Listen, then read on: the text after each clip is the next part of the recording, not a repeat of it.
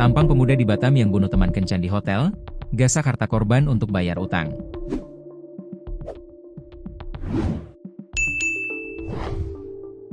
Pria bernama M. Iksan, 20, bunuh teman kencannya bernama Vivi, 30, di sebuah hotel di Kota Batam, Kepulauan Riau, Senin, 2 Juni 2025, dini hari. Ternyata, aksi Iksan untuk menghabisi korban Vivi sudah direncanakan. Hal itu diperkuat bukti senjata tajam yang dibawa oleh pelaku Iksan. Iksan ingin menggasak harta benda Vivi karena faktor ekonomi. Saya sudah niat dari awal. Kalau dia pakai emas, saya rampas. Mau saya jual buat bayar utang, katanya, dikutip dari tribunbatam.com, Rabu, 4 Juni 2025. Iksan mengaku tidak memiliki uang sama sekali. Ia sebelumnya meminjam uang dari abangnya. Iksan dalam pengakuannya juga menyebut motif membunuh Vivi karena ada faktor emosi.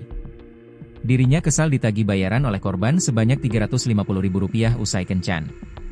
Iksan yang gelap mata langsung menikam korban berulang kali dengan pisau.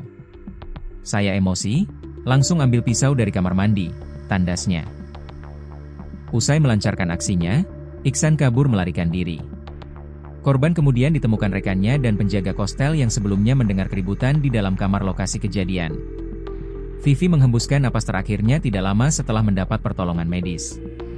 Polisi yang menerima laporan langsung bergerak memburu pelaku.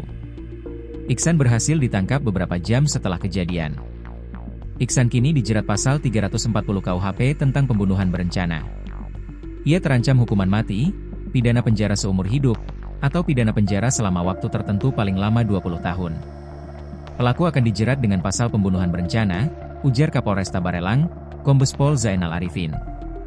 Zainal menambahkan, pihaknya akan terus mendalami kasus ini. Termasuk akan mengetes kondisi kejiwaan pelaku hingga tega membunuh Vivi secara sadis. Kami juga sedang menggali aspek psikologis yang mungkin turut mendorong tindakan ini, tutup Zainal, dikutip dari tribunbatam.id. Sosok Vivi. Berdasarkan penelusuran Tribun News.